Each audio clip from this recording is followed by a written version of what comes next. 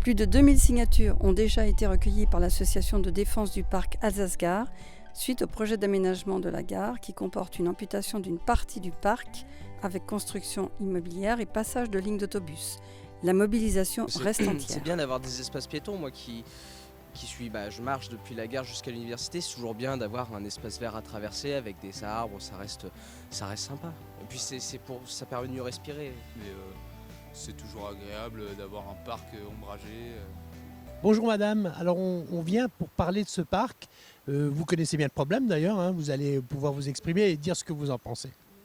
Moi je pense que c'est une aberration d'abord et que j'aimerais savoir quand même avoir une référence au sujet de la personne qui présente ce plan. Parce que ça me semble vraiment pas croyable. Est-ce que c'est une écologiste? Alors j'aimerais savoir ce qu'elle pense en tant qu'écologiste, déjà. Premièrement, qu'elle m'explique comment peut-on envoyer tant de bus par jour avec les échappatoires qui découlent, oui, et protéger la santé des enfants, alors que Hidalgo à Paris, la mairesse, si j'ose dire, fait tout son maximum en sachant qu'il y a tant de morts par an. Alors qu'on calcule à Paris et puis ici, suivant la population, on verrait le pourcentage de décès. Il paraît que c'est effrayant. Alors on parle d'écologie toute la journée et personne ne fait rien. Et je pense que quand on fait un plan comme ça, on peut en faire deux. On peut en préparer deux. Un qui puisse répondre aussi aux besoins des habitants, parce que c'est eux finalement qui font vivre la ville. Absolument, et puis il y a des gens qui passent, qui viennent, qui apprécient, on l'a vu, des étudiants, des jeunes. D'abord ceux qui habitent, en premier. Mais ce que je ne comprends pas, moi quand même, c'est qu'une écologiste, qu'elle m'explique ce qu'elle entend par écologie. On a une admiration devant cet îlot de verdure là. Je trouve que ça me fait plaisir de voir ça. Il n'y en a pas autant que ça, donc il y a d'autres solutions qui sont possibles, sans aucun doute.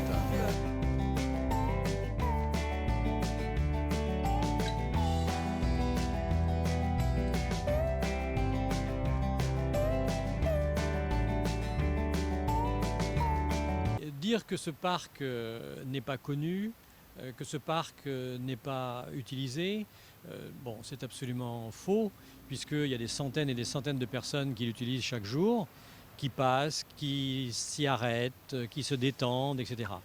Donc ça, à nouveau, ça correspond plutôt à un mensonge, de façon à détourner peut-être l'attention et la réalité des choses.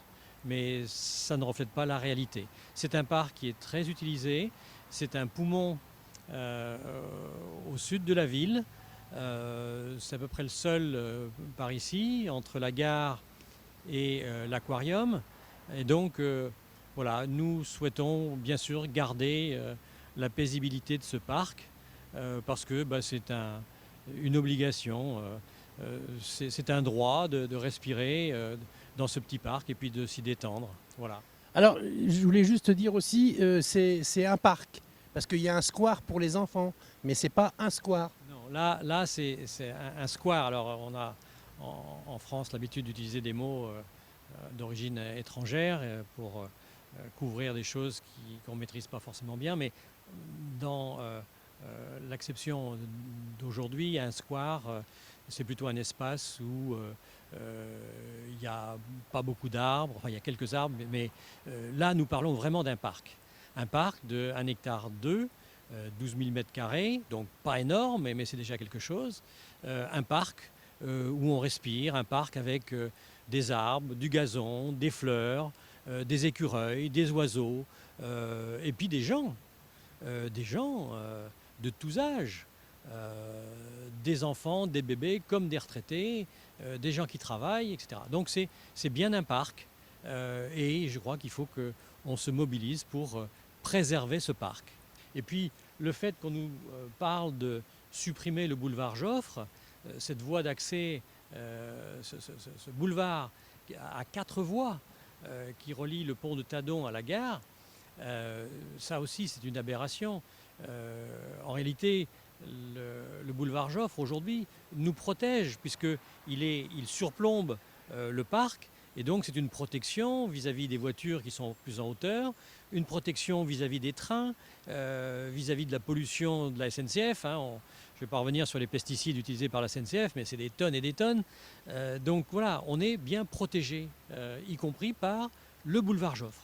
Donc raser ce boulevard Joffre pour un projet immobilier, c'est une aberration quand on sait que de toute façon, le projet immobilier il s'étend de l'autre côté de la gare, du côté de Cernam, sur le parking de Lancan. Donc là, on va rajouter à nouveau des milliers de personnes qui vont vivre ici, qui vont travailler ici, et en même temps, on supprime une 4 voies. Donc ça dépasse l'entendement. Voilà. Donc il y a d'autres actions probablement que vous allez continuer à faire, que le collectif va continuer à faire, mis à part une demande qui a été faite pour être reçue par monsieur le maire. Il y a d'autres actions qui peuvent arriver sur le parc. Bien sûr, alors on a récemment une assemblée générale de l'association de défense du parc Alsace-Gare. Il a été pris un certain nombre de décisions et notamment de demander un rendez-vous à monsieur le maire. Donc le courrier est parti, nous attendons la réponse et nous espérons beaucoup de cette réunion avec monsieur Fontaine. Dans le cas contraire, eh bien, nous poursuivrons forcément assidûment ce mouvement parce que pour nous c'est un devoir de citoyen de défendre ce parc, de défendre le confort de vie, de défendre cette verdure qui malheureusement recule un peu partout, devant le macadam, devant le ciment, devant l'immobilier. Donc oui, on va se mobiliser et on envisage toutes sortes de mobilisations, toutes sortes de modalités pour faire valoir ce qui nous semble une bonne cause.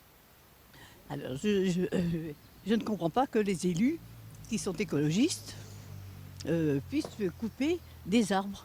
Alors qu'on nous a refusé un arbre qui était mal poussé, nous, de l'autre côté, on l'a refusé alors qu'il donnait qui donnait des maladies à des enfants par les pigeons. Ben voilà, on nous a défendu de le couper alors que là, on le coupe facilement. Madame Villain, vous habitez ici depuis combien de temps? Depuis 60, parce que c'était l'appartement type. Dans ces années-là? Et on nous avait toujours promis, on a plusieurs signatures de maire, comme quoi ce parc ne serait jamais touché. Vous voyez, je suis très concernée parce que moi je suis artiste peintre et là je fais des aquarelles qui sont là. Voilà. Et oui, je suis concernée par le jardin parce que très souvent je m'installe ici et je peins les arbres au printemps, à l'automne, tout ça, le grand cèdre, voilà.